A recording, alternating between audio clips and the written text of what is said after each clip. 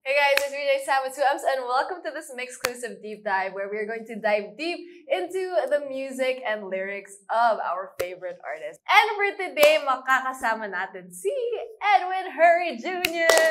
Hi! Hello po sa inyo lahat. Hi. Hi. Hello po, Vijay. Hello, thank you for joining us. Kamusta ka naman today?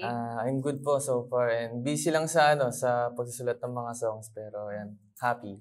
Wow, taray, busy with songs, diba? Music is life mo for you. Yeah, po. Sobra po. Paano ka nagsimula with music? Nagsimula po siya sa passion ko sa pagkanta eh. Kasi bata pa lang ako, kumakanta na talaga ako.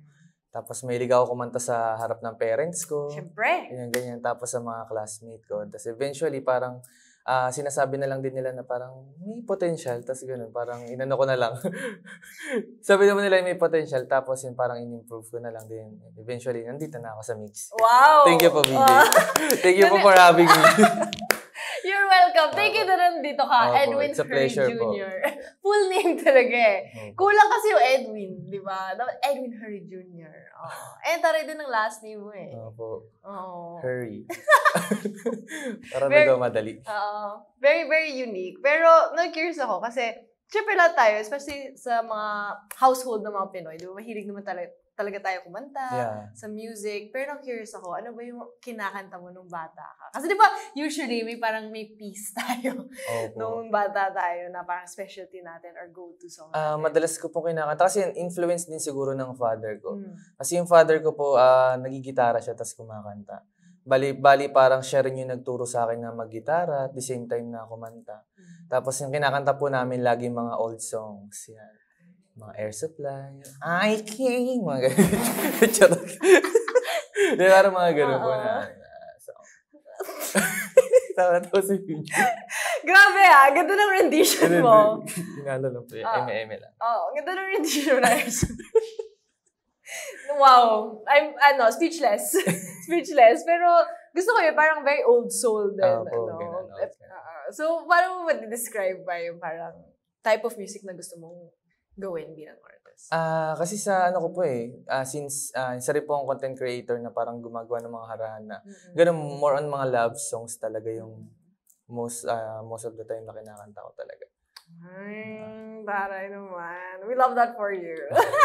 We love. Pero syempre, kailangan mo mag-sample. Syempre, kumakanta ka sa TikTok, di ba, sa social media. So, dapat dito din. Sige po, wala. Ay, madali ka usap. Love it. So, ano ba kakantahin mo for today? Yung original songs po ba? Or of course, original. Original song. Yung original song, yung latest single ko na Himlay. Okay. So, whenever you're ready, pwede kang mag-sample. Okay. Hinto ka muna saglit, mastan mong langit.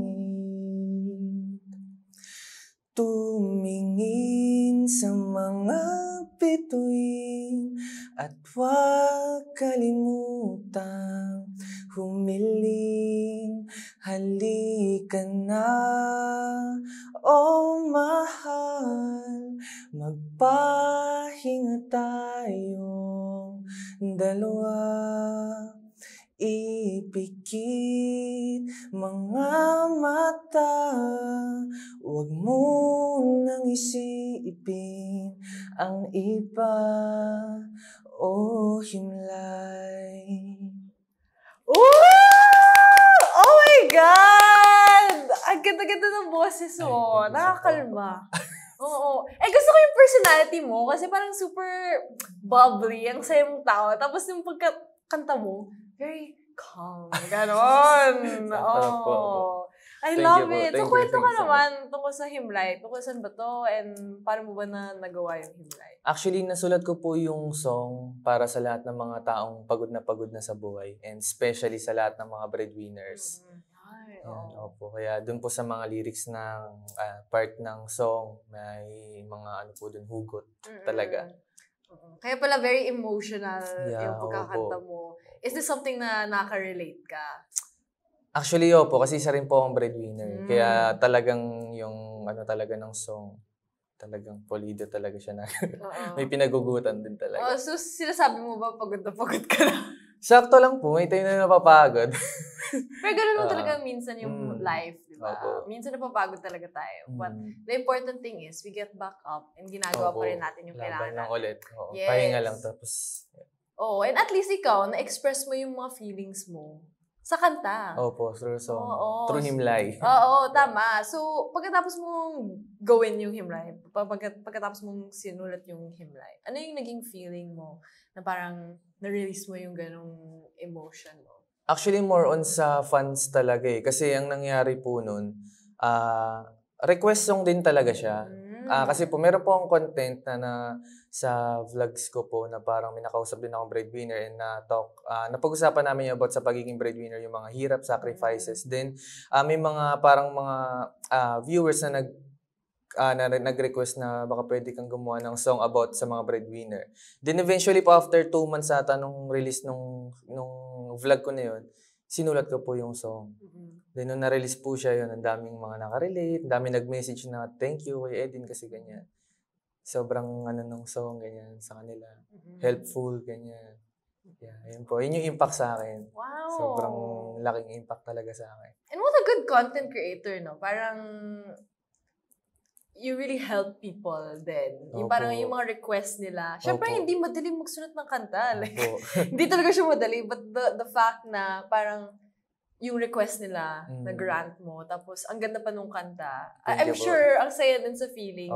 Siyempre kasi, di ba, pag very hardworking, minsan nakakalimutan natin na essential yung, di ba, yung pahinga. Yeah, opo. Tama. So, ikaw din, dapat magpahinga ka din every now and Lahat tayo magpahinga pag pagod. Yeah, guys, pahinga. Tama. And syempre, for all the breadwinners who are watching, ano ba yung message mo sa kanya bilang isang breadwinner din? Ayan. Para sa lahat ng mga breadwinner na nandito ngayon, ng mga nanonood ngayon, guys, syempre, ingatan din natin yung sarili natin kasi syempre, tayo lang inaasahan ng mga mahal natin sa buhay. Syempre, paano sila kapag yun, tayo yung nangailangan or tayo yung may sakit or ganyan. Kaya, magpahinga muna tayo. Magpahinga rin tayo, guys. Tama. And you know, to be able to work to your full potential, di ba, kailangan mo na magpahinga para, yun nga, para hindi mo kasakit and all of that. And magawa natin lahat ng kailangan natin gawin. But before that, also, may message ka ba sa lahat ng sumusuporta sa'yo and everybody who's watching? Yan guys, sa lahat ng mga fan natin dyan, sa lahat ng mga patuloy na sumusuporta, gusto ko muna magpasalamat sa inyo. Maraming salamat sa walang sawang pag-support at pagmamahal. Ayan. And sana supportahan nyo rin ako guys sa mga upcoming songs ko. And yan, supportahan nyo yung Mix. Maraming salamat sa Mix. Ganon din sa Universal Records and sa mga artist ng Asintada Management. So, thank you so much sa inyo lahat. Oh, galing mo. Praktisado. I'm so proud. But thank you so much, Edwin Harry Jr. na nandito ka and na-share mo yung talent mo and of course yung message mo to everybody. But of course guys, huwag niyo kalimutan, follow Edwin Harry Jr. sa kanyang social media para updated kayo sa lahat ng ganap niya in terms of content, music, and everything, and stream the music as well available on your favorite digital streaming platforms. But till then, once again, this has been VJ Sammy Dulams and Edwin Harry Jr. Thank you, everybody. Thank you, guys.